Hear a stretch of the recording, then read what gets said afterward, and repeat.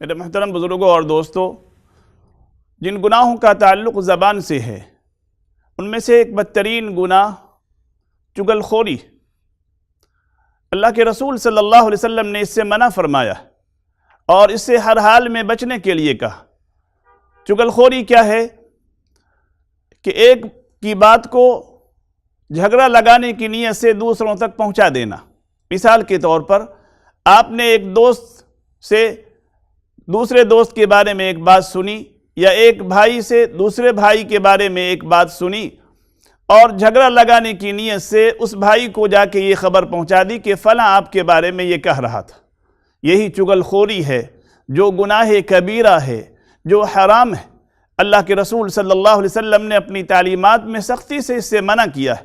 اس کی وجہ سے بھائی بھائی میں آپس میں لڑائی جھگڑا اور فساد پیدا ہوتا ہے، معاشرے میں بگاڑ پیدا ہوتا ہے۔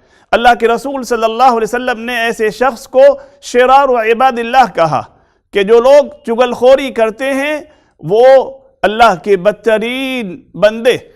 سوچئے کہ اللہ کے رسول صلی اللہ علیہ وسلم نے کتنی خطرناک بات کہی۔ اور حدیث پاک میں اللہ کے رسول صلی اللہ علیہ وسلم نے فرمایا کہ لا يدخل الجنت نمام، کہ چغل خور جنت میں داخل نہیں ہو سکتا۔ کتنا بڑا نقصان ہے کہ آپ کو چغل خوری سے کیا فائدہ ملا، لیکن چغل خوری کی وجہ سے آپ نے گناہ کبیرہ کا ارتکاب کیا اور جنت سے آپ محروم ہو گئے۔ اس لیے میرے بھائیوں، کوشش کرنی چاہیے کہ آپس میں بھائی بھائی میں جس سے اصلاح ہو، جس سے محبت پیدا ہو، تعلق پیدا ہو، ایسے کام کی کوشش کریں اور چغل خوری سے بچیں کہ اس سے آپس میں بھائی بھائی میں، دوستوں میں جھگڑا اور لڑائی ہوتی ہے اور جس سے معاشرے کا نقصان ہوتا ہے۔ اللہ تبارک و تعالی ہم سبوں کو چغل خوری جیسی لعنت سے بچائے اور پورے معاشرے کو اس سے بچائے۔ ہم سب اس سے بچنے کی کوشش کریں تاکہ دنیا کے اندر بھی ہم سرخرو ہوں اور آخرت میں بھی اللہ تبارک و تعالیٰ کے یہاں ہم عذاب سے بچیں اور جنت سے محروم نہ رہیں۔